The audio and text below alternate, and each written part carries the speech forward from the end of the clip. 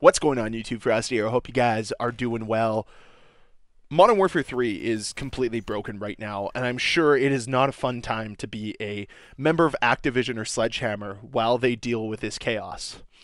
Now, for those of you who have not been keeping up with the news today, let's just go back to the beginning.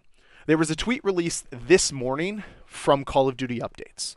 We're working on a fix for a known issue that appeared overnight that is preventing progress from being tracked in various areas of the game, including but not limited to events, challenges, battle pass, SR, and account level. So across the entire game, progression simply not working, fundamentally broken.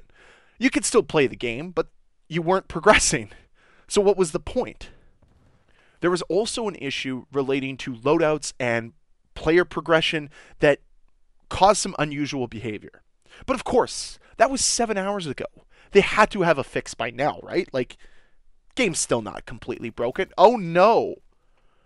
Ranked play modes, hashtag Warzone ranked play resurgence, and hashtag MW3 ranked play have been brought offline while known progression issues are investigated. Uh-oh. And then this tweet from Charlie Intel. Modern Warfare Zombies was taken offline as Activision continues to investigate the server and progression issues. I'm trying to remember a time where Call of Duty was this down bad, where their servers were this broken, where progression wasn't working. And I'm having a tough time trying to recall an event of this magnitude occurring. Now, it's probably happened. The game has been around for 20 years. But never in a year where the track record of this game breaking fundamental parts of it so consistently has happened. Like, we've talked extensively about how every time the game updates, something fundamentally breaks on the other end. And it is a constant issue with Call of Duty. And now you have this. There wasn't even an update, and somehow something fundamentally broke. And this brings me back to the point I've been making for weeks now, for months. Call of Duty is incompetent. It's that simple. Whether it's Activision or Sledgehammer, or whoever's leading the charge here, they're incompetent. And their ineptitude has seeped into every corner of this franchise and has completely soiled the experience for so many. You are actively pushing players away. And don't get me wrong. I know these problems will be fixed. They're not going to be left ignored. They're in panic mode right now. They're running rapidly like chickens with their heads cut off trying to fix this problem. They're going to come together. They're going to release a PR statement saying how everybody came together in a moment of need to fix the game. But what preventative measures are you doing to make sure it does not happen again? Why is it that the game is constantly in a state of broken, fixed, then broken again, then fixed again, then broken again? Dude, if you live in a house that broke this much, you'd move. Put some preventative maintenance into your game, into your work. I mean, how can you be prideful? How can you be proud of this product when it breaks so often? You've done it before. You have 20 years of track record of doing it competently. And now all of a sudden that you're making more money than ever, you can't do it without breaking the game on a consistent basis? Come on. Do better. Be better. I don't think it's too much to ask for a company, for a franchise that makes billions of dollars every year to have some quality assurance testers to ensure that when you put an update out, you don't break the game. Have some people that put some safeguards in for events like this that are cataclysmic to your community, so that things can be done in a timely fashion. And I'm sorry, 5, 6, 7+ hours of little to no answers isn't timely. Again, communication is key here. It is paramount when you have issues of this magnitude. Let your community know what's going on. You're already losing them at every single turn. You're already pushing people away. You're alienating your audience. But these types of situations, ones that are this problematic on a grand scale, this is when you need to come together with your community. You need to be honest, open, and transparent with them.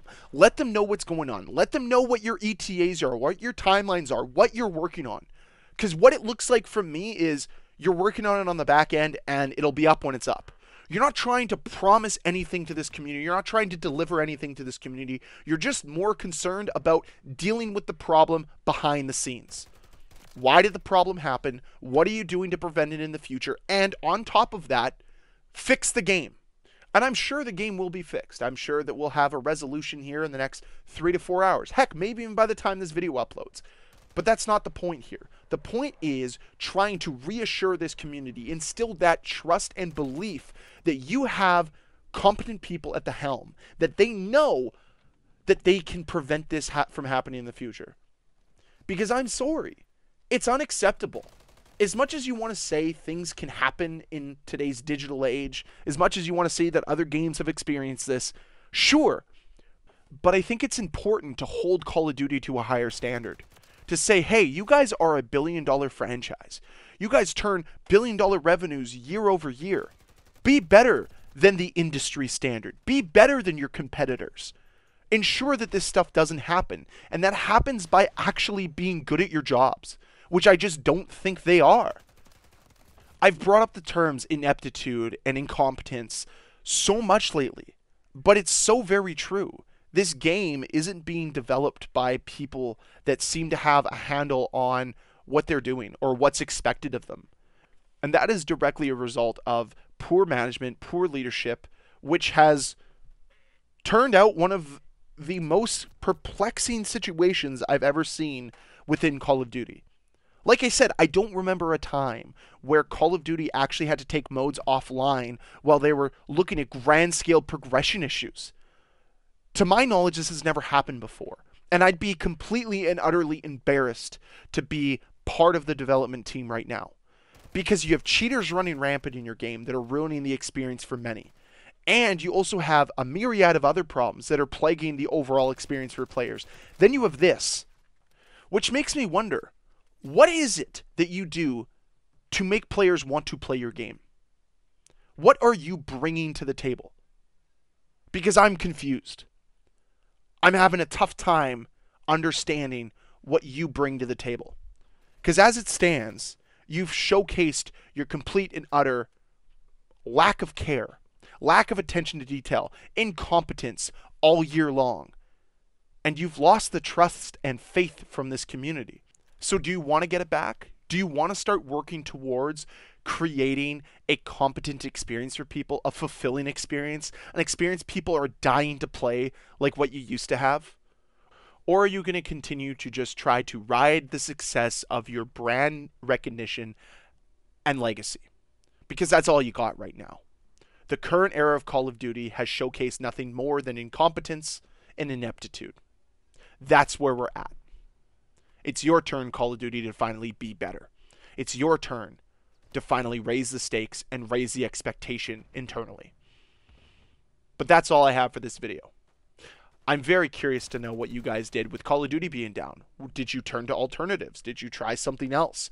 Or did you just sit there twiddling your thumbs, refreshing Charlie Intel like I did, in hopes that the game was back to its original state? Love to hear your thoughts down below in that comment section. And as always, guys, thank you very much for watching. If you enjoyed this video, please hit that like button. If you want to see more videos from me, please hit that subscribe button. And I'll see you guys next time. Bye.